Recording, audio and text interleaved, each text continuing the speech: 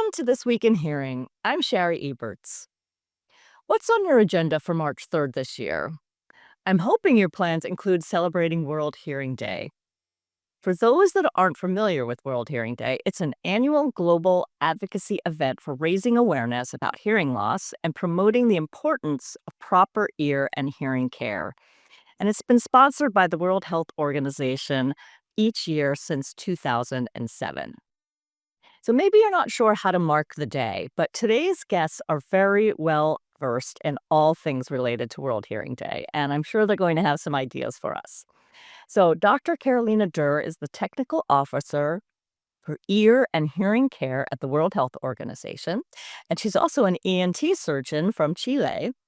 And Dr. Jim Saunders is an otolaryngologist at Dartmouth Medical Center and the co-lead of the World Hearing Forum's World Hearing Day workstream. So thank you both for being here today. It's great to see you. Thank you for the invitation. Yes, thank you very much. I will have a correction though. I'm actually the former co-lead. My apologies. I guess I still connect you in my mind to that effort since you were so impactful.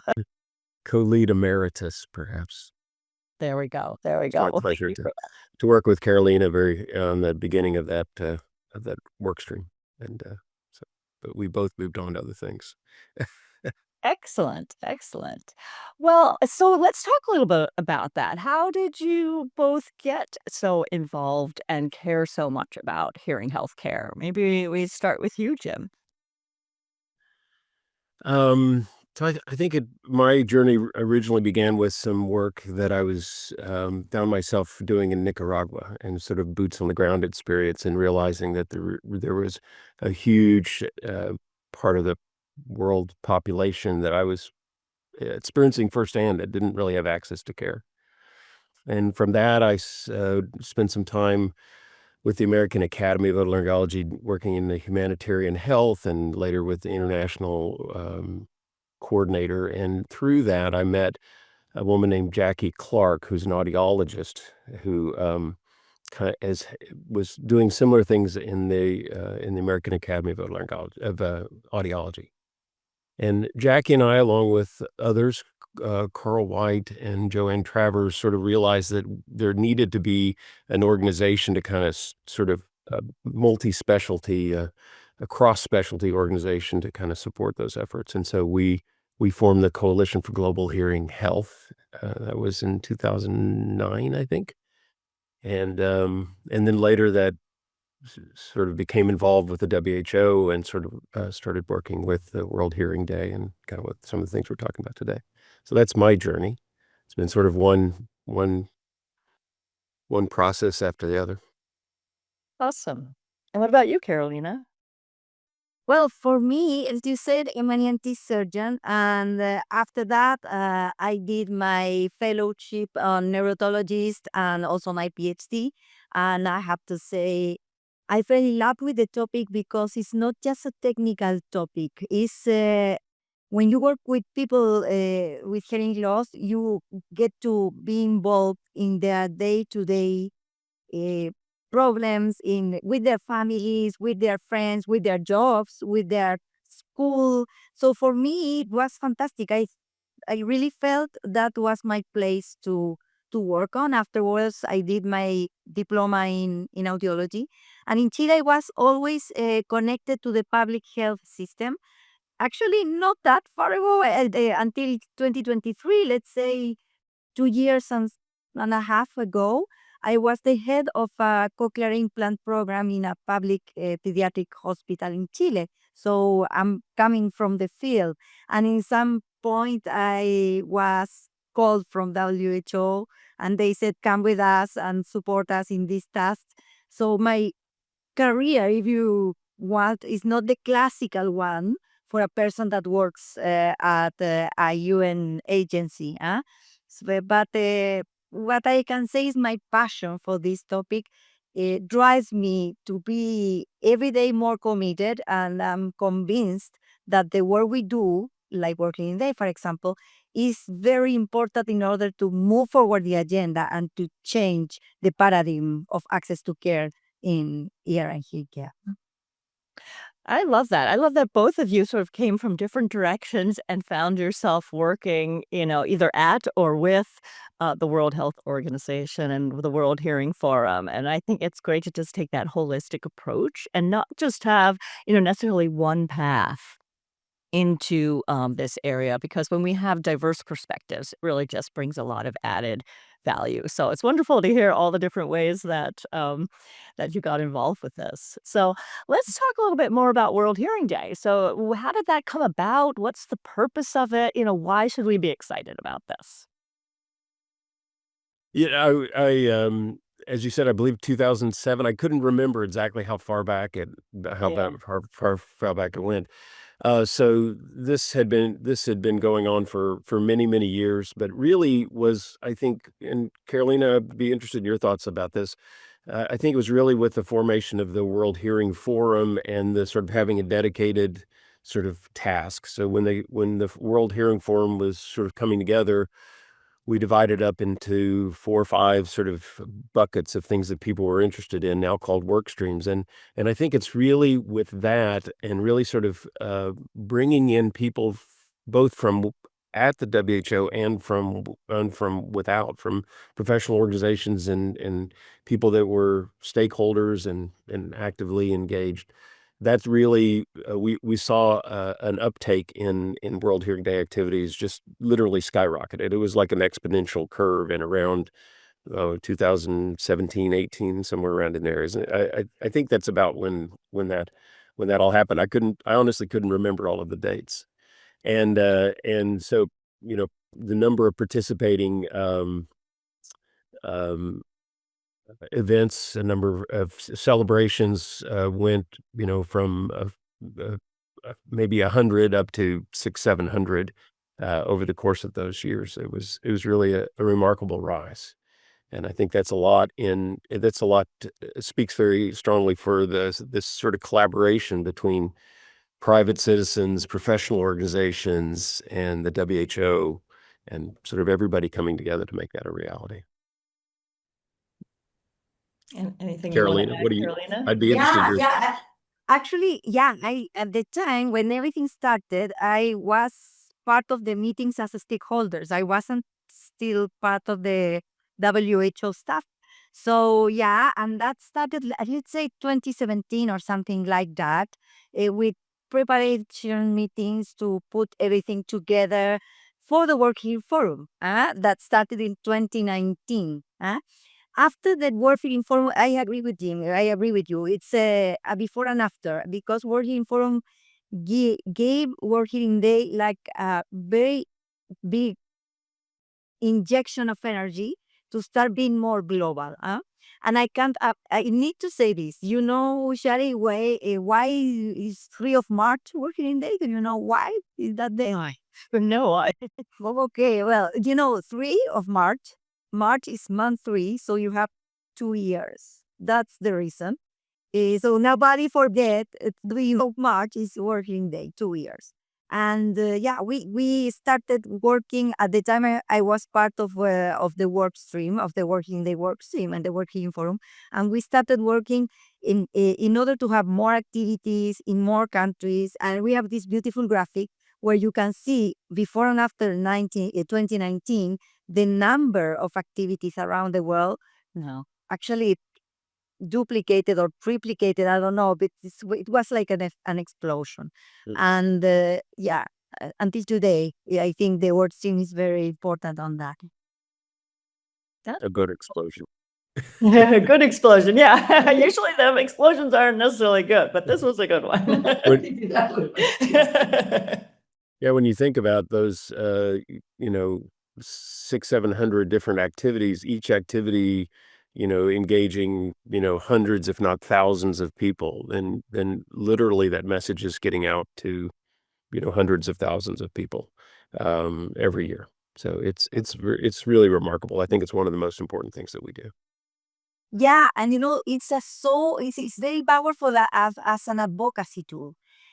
Sometimes what happened is that we are uh, preaching to the choir. Everyone that we give the message or spread the message, it's like doing this when we are talking, because we are all understanding the same, we are working for the same, we live for the same.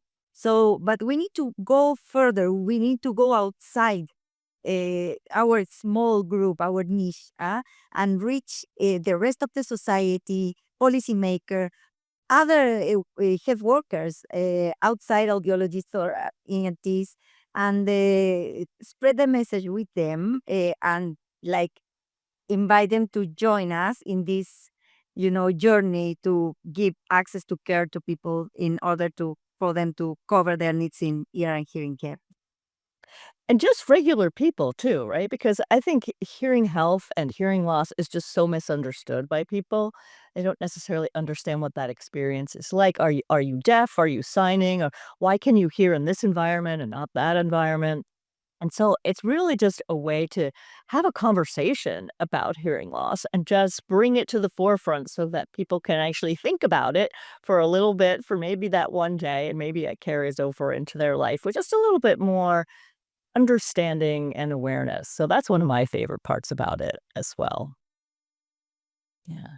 Yeah, many of the events are obviously, initiated by professionals working in the field, but Mhm. oftentimes they are community activists or organizers that don't really have they're not a professional working in the field, and particularly this year with the emphasis on schools, I've seen a lot of, activities that are really engaging students very actively in the in creating the event and having, students in the schools be very involved with art projects and plays and those kinds of things to sort of have them carry that message forward, which I think is really powerful, to have, especially young people engaged in that way.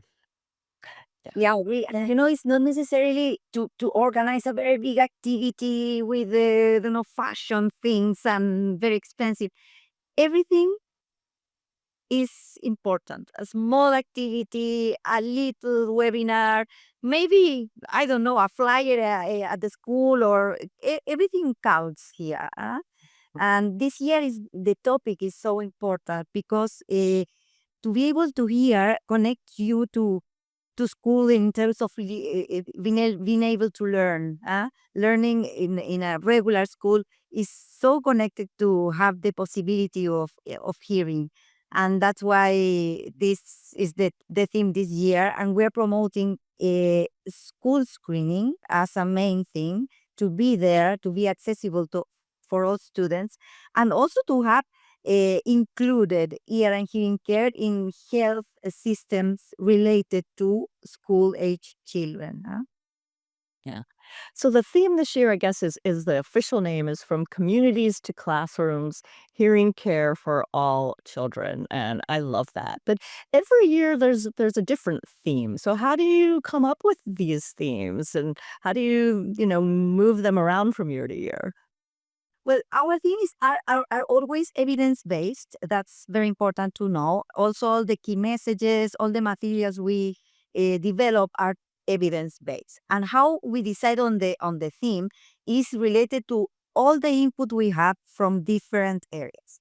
First of all, our regional and country offices. For you to know, WHO is not just Geneva headquarters. We have representatives in different low and middle income countries, and also regional representatives in the 6 regions WHO covers.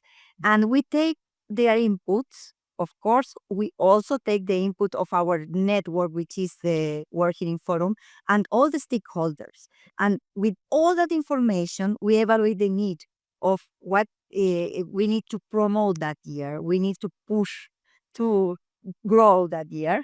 And that is the way we take the decisions. And we also accompany that not just with evidence, also with products, technical products we developed during the year. For example, this last year we developed a school age children's screening pathway that is already published. It's interesting because it's a vision and hearing screening altogether. And we are about to launch an app to provide the screening at a low cost at schools. It's a free app with very low cost equipment that will be available for everybody in order to because sometimes equipments are a barrier, and so we want to stop with that and provide a way to have the equipment at very, very, very low cost, uh, uh, available for people that have a little training and be able to provide the screening at school, at community level. That's wonderful because that's probably such a barrier, right? Is just having the understanding of how to do this quick hearing test and then just having that equipment that's available to do it. And that's the first step, right? Is making sure we can identify people who may have these issues so that we can go in and advocate for them and get them started on their path. So I love that. I think one of the really exciting and sometimes terrifying things about working in this space is that it's a calendar year. So this you go through the cycle, and as we've done this more throughout the years, we've sort of developed a pattern. So WHO typically will select a team or the theme in October in the fall of the previous year, and then the work stream group starts to work on getting the message out, starts to translate the material. So one of the things I'm very proud of with our work stream group in the World Hearing Forum is that the WHO releases the materials in the 6 official languages, but obviously that doesn't nearly cover all the languages in the world, and I think the number was 42, translations this year, so we've gone so the work stream sort of, partners with other people to do, a number of, translations in non-official languages so that we can really get that message out, and all of that work sort of begins in October and November and is kind of leading up to the big day. So we're getting close to the big day now. We do the small grants, which I think, so the coalition and the WHO partner together to fund small programs. It's very, very small amount of money, but to help support those activities for people that need a little bit of help, and that's a competitive grant process. So that all begins again in a sort of November, and all of this sort of culminates in World Hearing Day, and then you start all over again for next year. You start the reporting process. So we publish a PDF file which reports on all of the activities around the world. Beautiful, beautiful document that's available online, and then right about the time when you're getting the reporting done, then it's time to start again next year. So, but it's fun. Yeah, talking about the report of activities, there is a web page, workingday.org. So everybody every organization or group that is planning on an activity, we invite you to register your activity at the website, and afterwards your activity will be reflected in this report that Jim already mentioned. And that's good for, of course, your organization, but also for us to know what is happening out there, and for everybody to have ideas about maybe I can do something similar to what they did that the last year or something like that. So it's good for everybody. So please visit the webpage and register your activities. Yeah. So can you give people some ideas? I'm sure there's a lot of people that are listening who are saying, "Oh, well, I would like to get involved." And there's not a lot of time left between now and March 3rd, but can you talk about some examples of how individuals or groups can celebrate World Hearing Day? Well, So I think but I, you can do I'll take the sports, for easy ones. example. Go ahead, But go you ahead, can do Carolina. sports. You can do, for example, a running, celebrating a working day, teachers, so on. That's very big. You can do smaller. For example, if you work in a hospital, let's provide screening to the co-workers at the hospital, to the people that you are colleagues. Maybe they don't have the time or the opportunity. Provide them with a screening. Go to a school and give a talk to the teachers or the students or both about ear and hearing care. And whatever you can think about is possible. That is possible for you is welcome. There's not limit. Creativity, is a lot of fun too. Yeah. I would say one of the most common things is a hearing screening, either for, as Carolina said, for health workers. We've set up a little screening station in the main entrance foyer of our hospital Some organizations do seminars with and engage with policymakers, so kind of high level events, and others, are kids that are doing art contests or runs, as Carolina mentioned, just anything to kind of draw attention and raise awareness is welcome. There is no set criteria. What's beautiful about it, really, it's about creativity. Yeah, it's Love that. I love that. So if you have a talent or a semi-talent, put it to work, right? You can do, anything that your heart desires, and basically. the WHO provides some really beautiful, materials for the day, so they have great infographics. I don't s graphics is right. So great. Their designers are really wonderful at really getting message across with, visually and with minimal words. And so there's great flyers and posters and those things that are easy that you can download for free off of that worldhearingday.org website. And really and even you can get, uh, like, logos and things to put on. I don't know. Well, I have some World Hearing Day earplugs that we pass out, frequently, so it's a common thing to do, so. That sounds great. So how do you measure the success of World Hearing Day? You were talking about these reports that talk about the number of activities, but if you kind of take a step back, is the goal just simply awareness or is it something more measurable? How do you view the success of World Hearing Day? That's a hard one. Uh, well, we ask, where I'm really look under the hood a lot is on our small grants application. So we asked them about measurable outcomes, and we're interested in how many people attended the events, how far did the message get out there? For people that are doing screening programs, it's nice to know how many people were screened, how many children were screened, how many adults, those kinds of things. I think the one thing that's kind of hard to measure, and this is why I was hoping that Carolina would step in here, is, um, is engaging, uh, raising awareness and engaging with people that can actually make changes, so policymakers and other people that can influence that process, and I think some of that a lot of that comes from a general awareness in society. So if the society perceives that it's an important thing, eventually that will resonate with the policymakers. And so, but that's a hard thing to measure. I think that's a really hard thing to measure, and I certainly don't think that everybody needs to have a cabinet minister in their activity. But I think that's ultimately what we want to see is is raising awareness that leads to sustainable change. I don't know, Caroline, I was curious how you would answer. Well said. Of course, I love to be able to say very objectively, well, the impact of this working day in this country was this change in specific. Is difficult. It's very difficult to do that. But maybe a way we can measure the impact is with the people reached. For example, with screening, we have many activities related to screening, and sometimes we ask people to let us know how many people did you get to screen during that day or that week, because of course, working day is 3 of March, but you can celebrate all the year if you want. And there's more people, a lot of people that takes several days during the week or the month to do activities.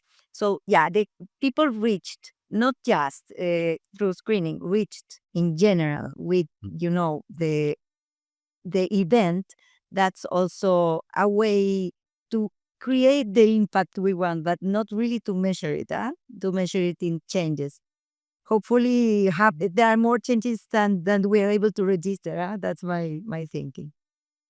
Well, and it's hard to, measure a change in mindset as well, right? And so part of awareness is sort of having people think more about hearing loss and understand it better, think about what they could do in their venue or their space to make it more accessible, whether it's a school or a theater or what have you. So that's really hard to measure, but I love how we're thinking about real impact, real change over time. And so it's not just, oh, let's just do this and then, go away. Let's do this and let's keep building on it year after year and really trying to get that awareness and that change for the better to better support people who have hearing loss and other ear and hearing problems. So that's how I like to think about it. And I think, even amongst professionals, I think a lot of times professionals are sort of, they're focused on their practice and the patient in front of them and what they need to do to provide care to that person, and I think oftentimes involvement in these kinds of activities kind of opens up your mind, changes your mindset, if you will, to that, to the broader picture and how what we do uh, in the conditions that we treat, how those impact the broader community and the welfare of our society, and so I think that it's an opportunity to kind of think outside of that the practice box, if you will. Yeah, no, that makes a lot of sense. Well, thank you guys for being here today to talk about this with me on the podcast. Is there anything else that you want to share? You've mentioned the website, but how can people learn more about World Hearing Day?